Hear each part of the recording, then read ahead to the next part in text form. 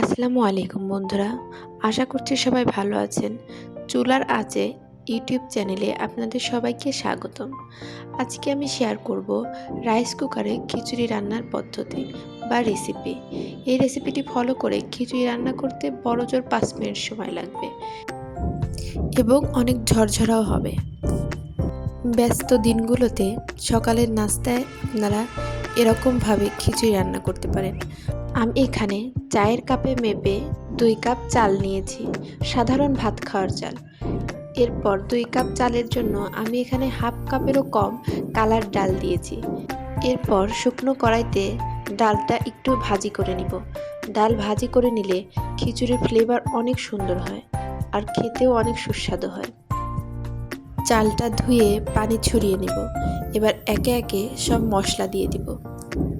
আমি এখানে 2টি বড় সাইজের পেঁয়াজ কুচি, 4টি কাঁচামরিচ, 2টি তেজপাতা, কয়েক টুকরা রসুন, 4টি এলাচ, 2 টুকরা দারুচিনি, 1 টুকরা আদা বাটা, 3টি লবঙ্গ ও 1 চামচ পাঁচফোড়ন দিয়েছি।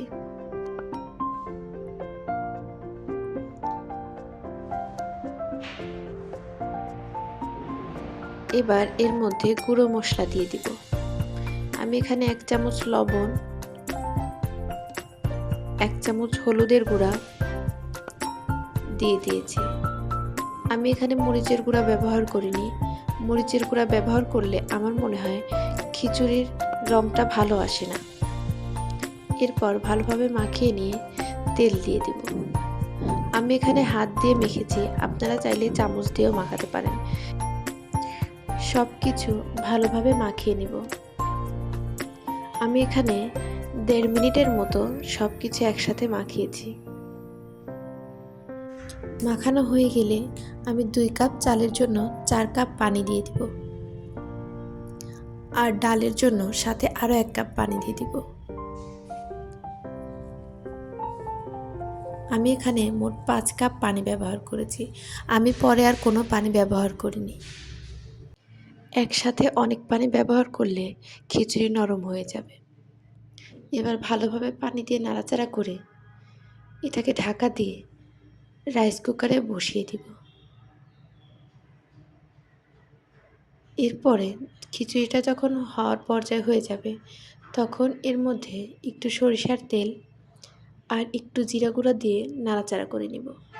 আপনারা এই পর্যায়ে লবণটাও টেস্ট করে নেবেন। নাড়াচাড়া করে ঢাকা চাপা দিয়ে রাখবেন। এরপর রাইস কুকারের বাটন কুক থেকে ওয়ার্মে চলে গেলেই আমাদের খিচুড়ি পরিবেশনের জন্য রেডি। আপনারা আপনাদের পছন্দ মতো খাবারের সাথে খিচুড়িটা খেতে পারেন। এই ভিডিওটি যদি আপনাদের ভালো লেগে থাকে তাহলে লাইক, কমেন্ট এবং শেয়ার করবেন এবং আমার পাশে থাকতে আমার চ্যানেলটিকে সাবস্ক্রাইব করবেন। আল্লাহ হাফেজ, সবাইকে ভালো থাকবেন।